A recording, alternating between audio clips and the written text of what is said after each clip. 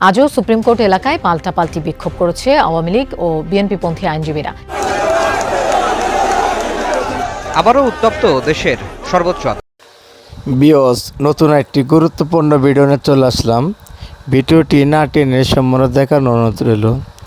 দেখেন, আওয়ামী লীগের বিএনপির যারা আপনার কর্মকর্তা আছে, উকিল, ব্যারিস্টার, আইনজীবী যারা আছেন, তারা বিএনপি এবং আওয়ামী লীগের লোক দেখেন করে হাতাহাতি মারামারি শুরু হয়ে গেছে। আওয়ামী লীগকে বাংলাদেশে ফিরিয়ে আনার জন্য আওয়ামী লীগের লোকেরা অনেক চেষ্টা করছে।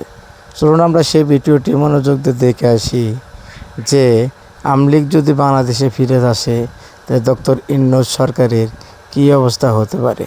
ভিডিওটি না টেনে সম্পূর্ণ দেখার অনুরোধ রইল। আজও সুপ্রিম কোর্ট এলাকায় পাল্টাপাল্টি বিক্ষোভ করেছে আওয়ামী লীগ ও বিএনপিপন্থী আইনজীবীরা।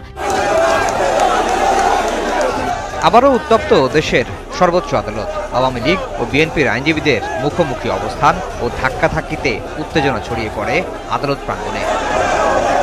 রায় অবিলম্বে বাতিল করতে হবে। এই জনগণ এই ফ্যাসিস্ট সরকারকে আর এক মুহূর্ত এই ক্ষমতা থাকতে দিতে যায় না।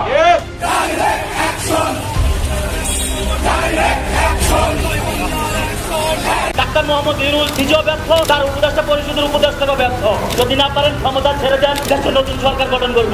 ডক্টর ইউনূসের সম্প্রতি সময়ের নিউ ইয়র্ক সফর ঘিরে সারা দেশে তোলপাড় সৃষ্টি করেছে আওয়ামী লীগের নেতা কর্মীরা সহ আদালতের আইনজীবীরা। তাদের মতে সংবিধান লঙ্ঘন করা অবৈধ ইউনূস সরকার প্রতি মাসে মাসে বিদেশ সফরে গিয়ে তৈরি করছে অবৈধ লুটপাটের সাম্রাজ্য। এছাড়া নির্বিচারে বিনা অপরাধে গ্রেপ্তার করছে আওয়ামী লীগের নেতা কর্মীদের। এক পর্যায়ে তারা বলেন, অতি শীঘ্রই আমরা এই অপশক্তিকে পতন করিয়ে প্রধানমন্ত্রী শেখ হাসিনাকে দেশে ফিরিয়ে আনবো।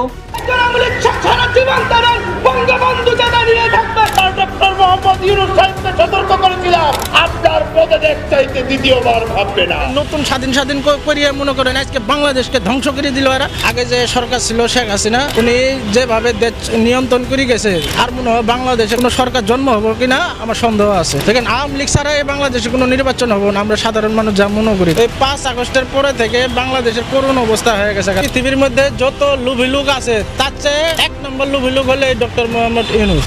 অপরদিকে সারা দেশের আদালত কর্মসূচি বর্জন করে ডক্টর ইউনূসের বিরুদ্ধে মাঠে নেমে পড়েছেন আওয়ামীপন্থী আইনজীবীরা। তাদের মতে ডক্টর ইউনূস সুদের ব্যবসা করতে করতে দেশটাকেও এখন নিজের ব্যবসা হিসেবে বেছে নিয়েছে। তার বিপক্ষে যখনই আওয়ামী লীগের নেতা কর্মীরা কথা বলছে, তখনই তাদের রুখে দিতে নির্বিচারে গ্রেপ্তার করছে। এক পর্যায়ে তারা বলেন, যদি ডক্টর ইউনূসের বিচার বাংলার মাটিতে না হয়, তাহলে আন্তর্জাতিক পর্যায়ে তার বিরুদ্ধে মামলা করতে প্রস্তুত আমরা।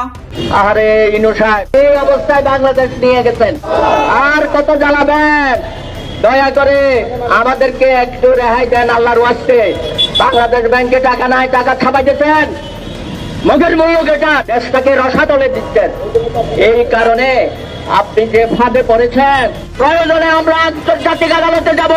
এইটার বিচার বাংলার মাটিতে আপনারা করতে পারবেন না।